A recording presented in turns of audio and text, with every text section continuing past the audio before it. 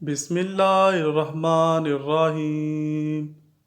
دوستو، آج کی ویڈیو میں ہم ذکر کرنے والے ہیں اس واقعے کا جب یزید کی قبر کو کھدوایا گیا۔ آخر اس واقعے کی وجہ کیا تھی؟ کس نے اور کیوں یزید کی قبر کو کھولا؟ یہ واقعہ یزید کی وفات کے کتنے سال بعد پیش آیا؟ دوستو، یزید نے اپنی زندگی میں ہی اپنے بیٹے معاویہ کو اپنا جانشین مقرر کر دیا تھا۔ یزید کے 12 بیٹے اور 5 بیٹیاں تھیں، لیکن اس کو اپنے بیٹے معاویہ سے بے انتہا پیار تھا۔ اس کی تعلیم و تربیت بھی شہزادوں کی طرح کی گئی۔ یزید چاہتا تھا کہ اس کا یہ بیٹا اس کا حقیقی جانشین بنے۔ یزید نے حکومت سنبھالتے ہی اپنے 2 بیٹوں خالد اور معاویہ کو اس وقت کے بہترین استاد عمر المقصوص کے مکتب میں 3 سال کے لیے بھیج دیا۔ شیخ عمر المقصوص بھی جانتے تھے کہ یزید کا جانشین معاویہ ہے، اسی لیے انہوں نے اس کی تربیت پر خوب محنت کی۔ 61 ہجری میں جب واقعہ کربلا پیش آیا تو شیخ المقصوص کو بہت تکلیف پہنچی، چونکہ آپ کا دل محبت اہل بیت سے تڑپتا تھا۔ اسی لیے آپ نے یزید کے ان دونوں بیٹوں کو عظمت اہل بیت سے خوب روشناس کروایا۔ ایک طرف کربلا کا واقعہ پیش آیا اور جگہ جگہ یزید کے خلاف بغاوت اٹھنے لگی۔ دوسری طرف معاویہ جو یزید کا جانشین تھا، اس کی تربیت ایک سچے عاشق رسول کر رہے تھے۔ واقعہ کربلا کے تیسرے سال 683 عیسوی میں یزید عبرتناک موت سے دوچار ہوا تو معاویہ ابن یزید 20 سال کی عمر میں تخت نشین ہوا۔ جیسے ہی معاویہ ابن یزید تخت نشین ہوا تو استاد محترم کی محنت رنگ لانے لگی۔ اس نے آتے ساتھ ہی واقعہ کربلا کی تحقیقات کیں اور محض 40ویں دن لوگوں کو اپنی بیعت سے آزاد کر دیا۔ بعض روایات میں معاویہ ابن یزید نے 3 ماہ تک حکومت کی۔ 20 سال کی عمر جوانی کا ایسا دور کہ جب انسانی خواہشات کی منہ زوری عروج پر ہوتی ہے۔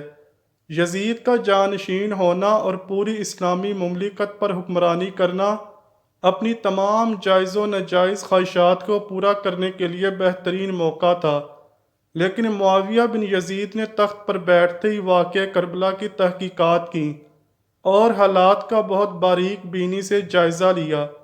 جب اس نے دیکھا کہ میرے باپ نے اسلام اور مسلمانوں کو کس قدر عظیم نقصان پہنچایا ہے تو اس نے محسوس کیا کہ وہ ایک ایسے دوراہے پر کھڑا ہے کہ حکومت کی باغ دوڑ تھامے رہے اور ظلم و ستم اور عیش و عشرت کا بازار گرم رکھے یا تخت و تاج کو چھوڑ دے اور اپنے آپ کو ان ہولناک گناہوں اور ان کے دردناک عذاب سے دور رکھے۔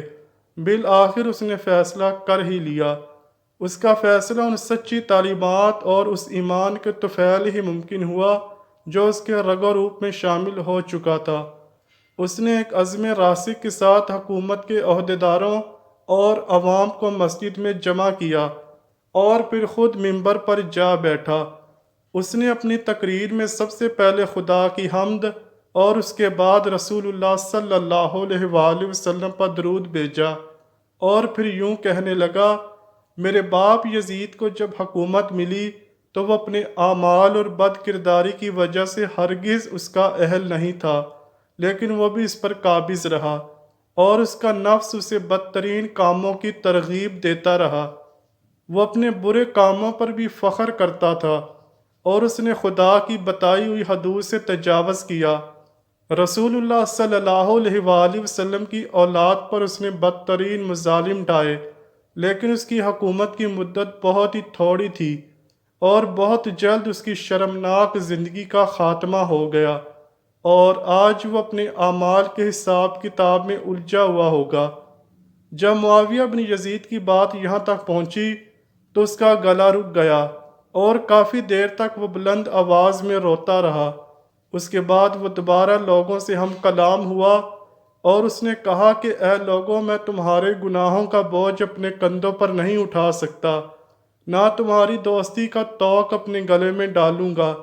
میری خواہش تو یہ ہے کہ حکومت شہزادہ حسین حضرت امام زین العابدین کے حوالے کر دی جائے۔ یا اب تم خود ہی بہتر سمجھو وہ کرو یا وہ حکومت کرے جس کا تم انتخاب کرو۔ میں اپنی باعث سے تم لوگوں پر سے ہاتھ اٹھاتا ہوں اور اس خلافت کو ٹھکراتا ہوں۔ اور معاویہ بن یزید کے ان جملوں نے محفل میں طوفان برپا کر دیا۔ پھر معاویہ بن یزید منبر سے اتر آیا، اس کی ماں اور دیگر عزیز و اقارب آئے تو دیکھا کہ روئے جا رہا ہے۔ تو اس کی ماں نے کہا، کاش تم حیض کا چیتھڑا ہی ہوتے اور میں تمہاری خبر نہ سنتی۔ اس نے کہا، خدا کی قسم میں بھی یہی چاہتا ہوں، اگر میرے خدا نے مجھے معاف نہ کیا تو میرے لیے برا ہو۔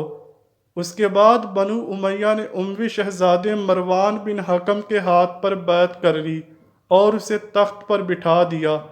مروان نے اپنا دارالحکومت مستقل طور پر دمشق منتقل کر دیا۔ بنو امیہ نے شیخ عمر مخصوص کو زندہ درگور کر دیا کہ تم نے ایسی تربیت کیوں کی کہ معاویہ بن یزید نے بڑے دربار میں بنو امیہ کو رسوا کر دیا۔ اس کے چند دن بعد ہی معاویہ بن یزید کو زہر دے دیا گیا۔ 684 عیسوی سے 685 تک مروان بن حکم نے حکومت کی۔ پھر اس کی وفات کے بعد مروان کے بیٹے عبد الملک نے 685 سے 705 تک ایک طویل عرصے تک حکومت کی۔ پھر 705 عیسوی سے 715 تک عبد الملک کے بیٹے ولید نے حکومت کی۔ اسی کے دور میں سندھ، اندلس اور دیگر بہت سی ریاستیں فتح ہوئیں۔ اسی کے دور میں شہزادہ حضرت امام زین العابدین کو زہر دیا گیا۔ 715 سے 717 تک ولید بن عبد الملک کے بھائی سلمان بن عبد الملک نے حکومت کی اور 717 میں عمر بن عبد العزیز معجزانہ طور پر تخت نشین ہوئے، لیکن ان کو بھی زہر دے دیا گیا۔ 720 سے 724 تک ولید بن عبد الملک اور سلیمان بن عبد الملک کے بھائی یزید بن عبد الملک نے حکومت کی۔ اس کے بعد ہشام بن عبد الملک، ولید بن یزید، یزید بن ولید، ابراہیم بن ولید اور مروان بن محمد نے بالترتیب حکومت کی اور 750 عیسوی میں بنو امیہ کی حکومت کا تختہ بنو عباس نے الٹ دیا۔ بنو امیہ کا آخری حکمران مروان ثانی ایک انتہائی سست اور ڈرپوک حکمران تھا، جس نے ابو مسلم خراسانی کے ہاتھوں شکست کھائی اور یوں بنو عباس کی حکمرانی شروع ہوئی۔ تاریخی کتابوں میں درج ہے کہ ابو مسلم خراسانی نے بنو عباس کے ابو جعفر المنصور اور ان کے بھائی ابو العباس کو حکمرانی سونپ دی۔ اس طرح بنو عباس کے پہلے حکمران ابو العباس نے آتے ہی بنو امیہ کا نام و نشان مٹانے کی قسم کھائی۔ بہت سے لوگوں کو قتل کر دیا گیا اور کربلا کے واقعے میں ملوث تمام کرداروں کی قبریں تک کھودی گئیں۔ اسی طرح بنو عباس کے حکمران ابو العباس نے یزید کی قبر کو بھی کھدوایا اور یہ کام اس نے اپنی نگرانی میں کروایا۔ وہ چاہتا تھا کہ یزید کو قبر سے نکالے اور اس کی لاش کو سولی پر لٹکائے۔ چنانچہ یزید کی وفات کے 65 سال بعد اس کی قبر کو اس وقت کے حکمران ابو جعفر اور ابو العباس کی نگرانی میں کھدوایا گیا، لیکن جب قبر کو کھولا گیا تو سب یہ دیکھ کر حیران رہ گئے کہ اس میں لکڑیوں کی راکھ، بدصورت کتے اور ایک اژدہے کے سوا کچھ نہ تھا۔ اللہ اکبر۔ اللہ پاک سے دعا ہے کہ وہ ہمیں گناہوں سے بچنے اور نیک اعمال کرنے کی توفیق عطا فرمائے۔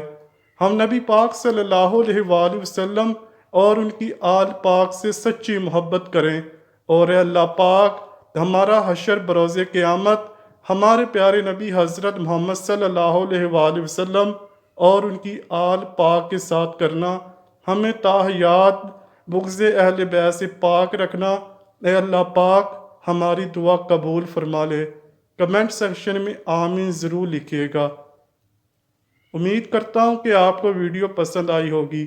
اگر ویڈیو پسند آئی ہے تو ویڈیو کو لائک کیجئے، شیئر کیجئے اور چینل کو لازمی سبسکرائب کیجئے۔ ملتے ہیں اگلی ویڈیو میں، تب تک کے لیے اللہ حافظ۔